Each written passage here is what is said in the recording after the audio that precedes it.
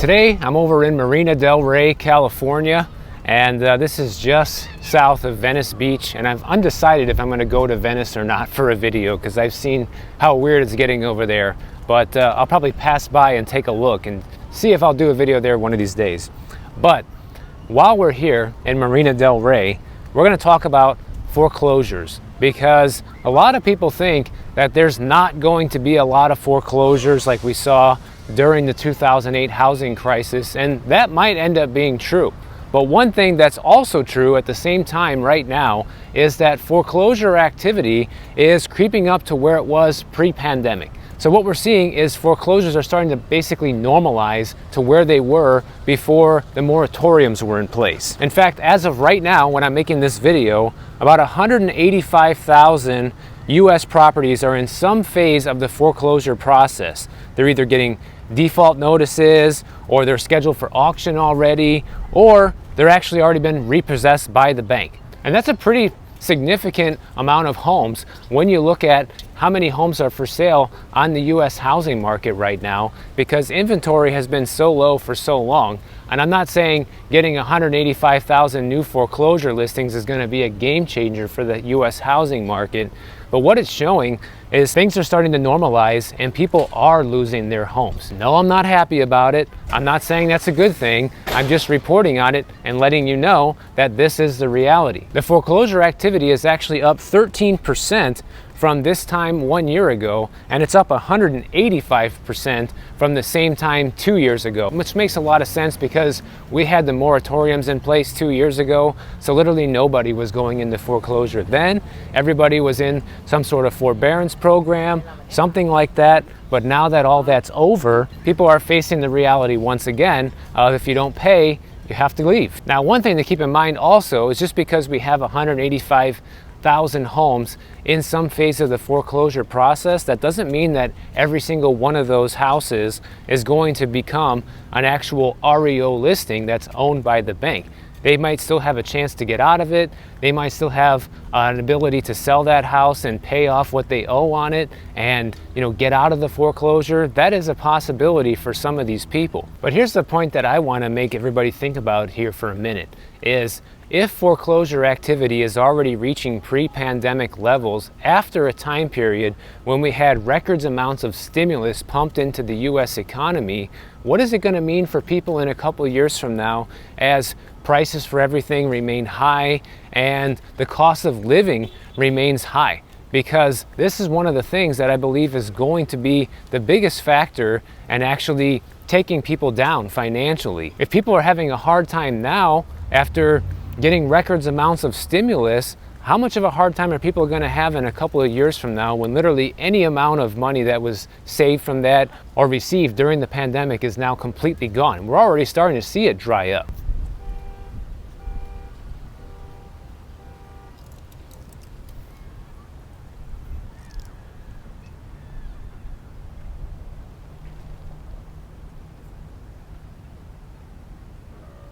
Now, it's interesting that I came across this story today about foreclosures, because the number one place where there's the most foreclosures in the country right now out of this 185,000 is right here where I'm walking in California. California, during the first half of 2023 so far, has about 14,200 foreclosures, and Florida is in second place, my home state, at 13,837 foreclosures. And who would have thought that some of the most expensive places and most desirable places have the most foreclosures? What do you know? And really, Texas is not far behind Florida, because they're right there at 13,419 foreclosures. You have New York at 8,772 foreclosures, Illinois at 7,995. So once you get past California, Texas, and Florida, the actual amount of foreclosures drop off quite a bit. And you know what? I'm not surprised, guys, because we covered last week how Florida is seeing a much higher inflation rate than many other parts of the country due to the increased cost of living there. I would imagine they're experiencing something similar to that here in California.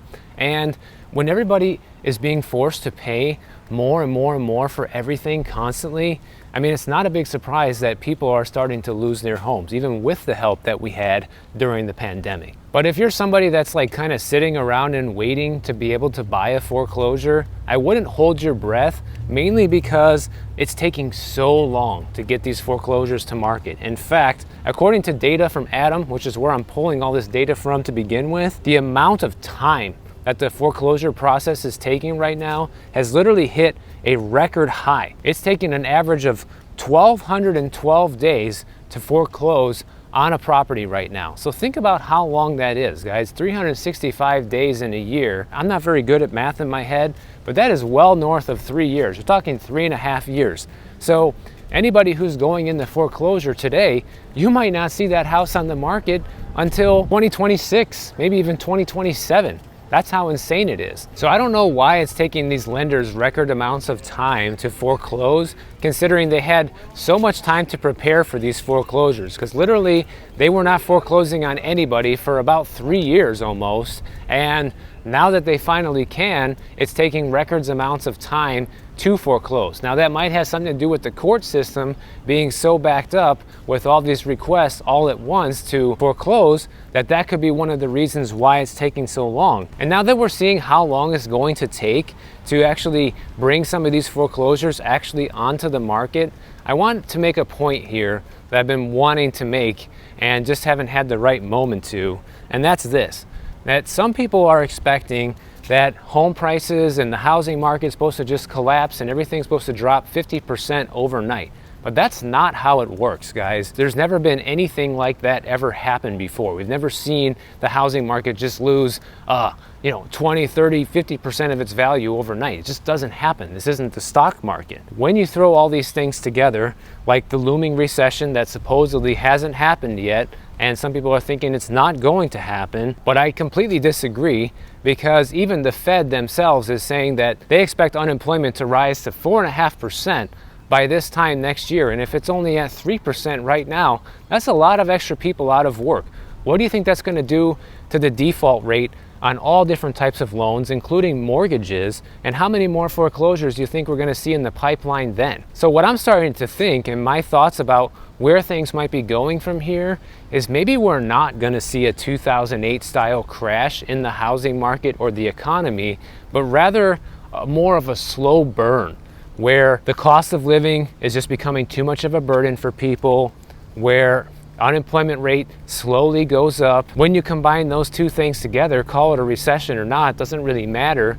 You're having less and less people that can afford to pay their bills, and you're going to see more defaults on everything. That could be the catalyst that I think might actually eventually stabilize this market, because the less and less people that can afford to pay their bills, the more prices will have to come down to meet the demand, because we already see that demand to buy a house right now is practically at record lows.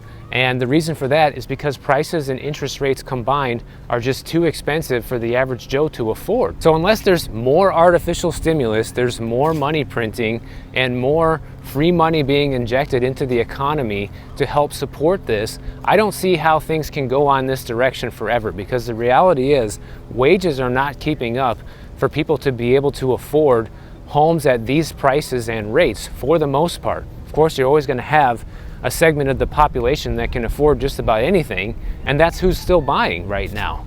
But that's not going to be the reality for most people if the wages don't catch up, and my guess is they probably won't. And by the way, if you're enjoying this video so far, please make sure you subscribe to the channel. Please make sure to give this video a like. It helps out tremendously. And by the way, yes, we're going backwards the way I just came, because there's a ton of construction back that way, so I'm going to wrap around the little beach area here instead.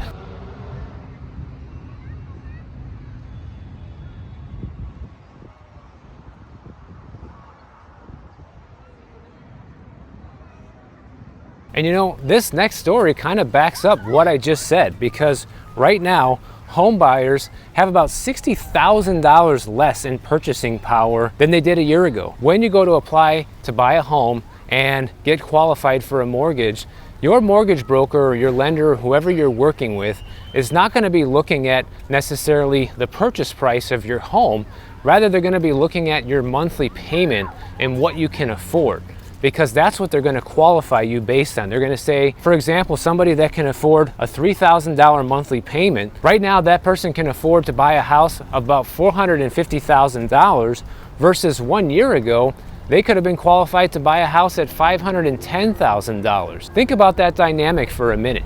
If home prices are practically still nearing all-time highs and buyers are qualified to buy $60,000 less in house, who's going to buy those houses that cost more? Okay, because one thing we have seen already is people have stopped buying homes that are over the $500,000-$600,000 range and up. For the most part, those sales have slowed down significantly compared to homes that cost less. This is the reason why, because practically no one can afford those homes. But of course, the problem is the longer that these interest rates stay high like this, the longer we're probably going to be dealing with a low inventory situation until things become so distressed that people have no choice but to sell, just like these foreclosures we just talked about. That's not a choice. People don't want to go into foreclosure. Sometimes they'll do it voluntarily, but most of the time it's because they just can't afford to pay. Whew. And there's kids playing in the water over there. Go figure. This is the reason why I completely don't believe the housing market will continue to go up, because these high interest rates, if they remain high for quite some time, which according to the Fed, they likely will, at least through 2025, we're going to have sustained high interest rates. If that ends up being the case, buyer demand is going to remain low, okay? People are not going to be able to go out and purchase, and you can see with this mathematical example of just how much the interest rates make a difference on the amount and the price of the home that you can afford to buy. So that is a big deal. When the average home buyer is losing $60,000 in purchasing power in a year, how does anybody think they're going to be able to charge more for a house next year than what they're charging today if interest rates stay high? You won't be able to, because people won't be able to afford to pay. But one other nugget of wisdom that we can gain from this, if somebody has a $3,000 budget and they're approved to buy a $450,000 home, right? Well, still the average home price, according to Black Knight throughout the entire country, is at $437,000. So that's pretty much at the top of what someone would be able to qualify for right now with a $3,000 a month budget, and really not much beyond that, okay? That's why I feel like we have reached the ceiling. We've reached the limit on how high things can go, because there's no room left. There's no more room for things to go higher, because people cannot afford to actually pay more. They just don't have the budget, guys. And I would argue that even a lot of people watching this don't even have a $3,000 a month budget to buy a house either. That sounds kind of high for a lot of people, right? If you're making 70 grand a year, chances are you won't be able to qualify for that. But somehow home prices are going to continue to go up. Tell me how. So what I think is happening right at this very moment is the housing market's having its last hurrah before things start to shift for the second half of the year, and we start seeing home prices go down again, just like we did the second half of 2022. But the big question is going to be, are prices going to recover at the beginning of 2024 like they did this year? Because that was kind of a surprise, given that interest rates were already at the 7% mark or hovering near that. So a lot of people, including myself, were surprised that sales activity actually ticked back up. But my question is, will it continue? Because I feel like we're kind of getting to that fork in the road where people are going to have to decide, should I be buying a house, or should I just worry about being able to pay my bills right now, because everything is costing more than it did a year ago and 2 years ago, but my wages aren't really enough to keep up with it. So the more people that start asking themselves that question, you're going to see even fewer buyers in the market. At least that's what I think. Hey, check it out, Ramsey. It's your favorite restaurant. My friend Ramsey, he loves this place, Killer Shrimp. He recommended I come here. I ate here a couple years ago and it was really good. Somebody asked me in a comment in yesterday's video, how am I enjoying the local gas and grocery prices here in California? And I wanted to comment about this because maybe my answer might surprise you, or maybe not. Being from Miami, where it's very expensive as well, to be quite honest, there hasn't been much of a shock when it comes to prices on things. Now, yes, the gas is more expensive. I think I paid $5.09 a gallon here in California. The lowest I've seen it so far is $4.69 over in Redondo Beach. So I'll hit that gas station next time I fill up. But $4.69 is only about $1 higher than we're paying in Miami, because most of the areas in Miami before I left were around $3.59 a gallon. If you put 20 gallons of gas in there, which usually I don't even put that much because I fill up before, you know, you're spending an extra 15, 20 bucks on a tank of gas. It's not breaking the bank, guys, but yes, it's more expensive. And surprisingly, the food is about the same price, okay? I haven't really noticed a difference. In fact, I think I've been spending less on food since I've got here than I normally do in Miami, because I think we tend to overbuy groceries when you're at home and you can store things long term in the freezer and stuff like that. But since we're just here in Manhattan Beach for a month, you know, we're not buying as much as we typically would. And, you know, the cost of living difference really hasn't been felt, to be quite honest. And I thought it would be, actually. You know, I thought it would be far worse. I thought it would be a lot more expensive. And I've been to California before. I just never know what to expect every single time I come here. You never know if it's going to be far more than the last time. But I think what it really shows is Florida, and Miami in particular, have gotten so expensive that it's comparable to living in California now. Even the rental prices, guys, like in Manhattan Beach, you can rent, you know, a one bedroom for $2,500, $3,000. That's what it costs for a one bedroom in Miami Beach now, for the most part. You know, I saw a 3-bedroom, 2-bath townhouse for rent, $6,000 a month.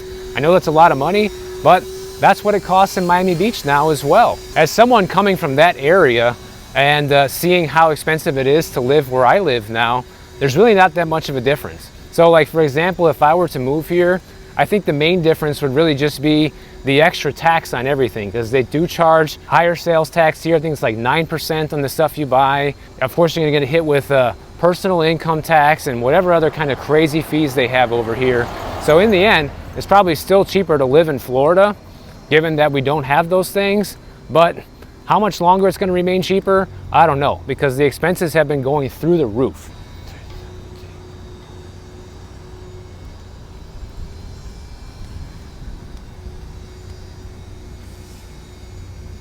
Now, the last thing I wanted to cover here is people are upset that we haven't seen the housing crash yet. But you know what has seen a total crash is there has been a total crash in prices for used electric vehicles. In fact, when you look at regular gasoline powered cars, okay, list price for used vehicles have gone down 3.6% in the last year.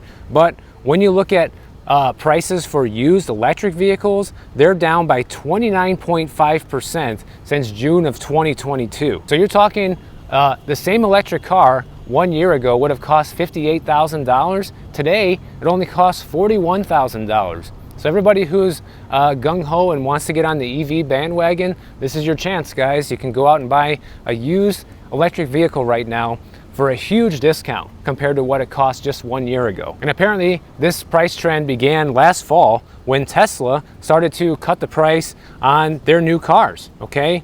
Used Tesla Model 3s fell by 20% just from September to January. So that is a huge decline. And out of all different types of electric vehicles, it turns out used Tesla prices are actually down the most. Now, I don't know a whole lot about owning an electric vehicle because I don't own one, but I have heard that if you ever need to replace the battery on the car, it is so expensive that you might as well just get a new car. And oftentimes the insurance company might even just claim it as a total loss because it's so expensive to replace the battery. I've heard it's in the neighborhood of $15,000, maybe even more, to replace one Tesla battery.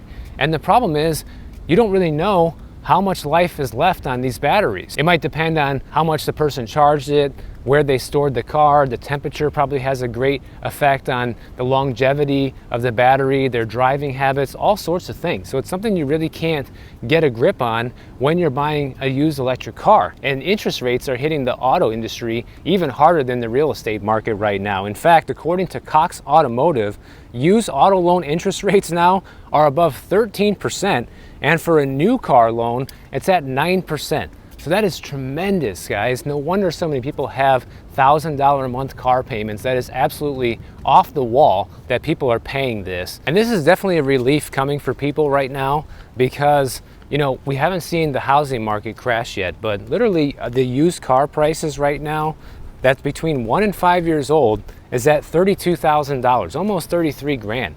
And I used to work at a car dealership. In fact, I worked at a couple different car dealerships in the past.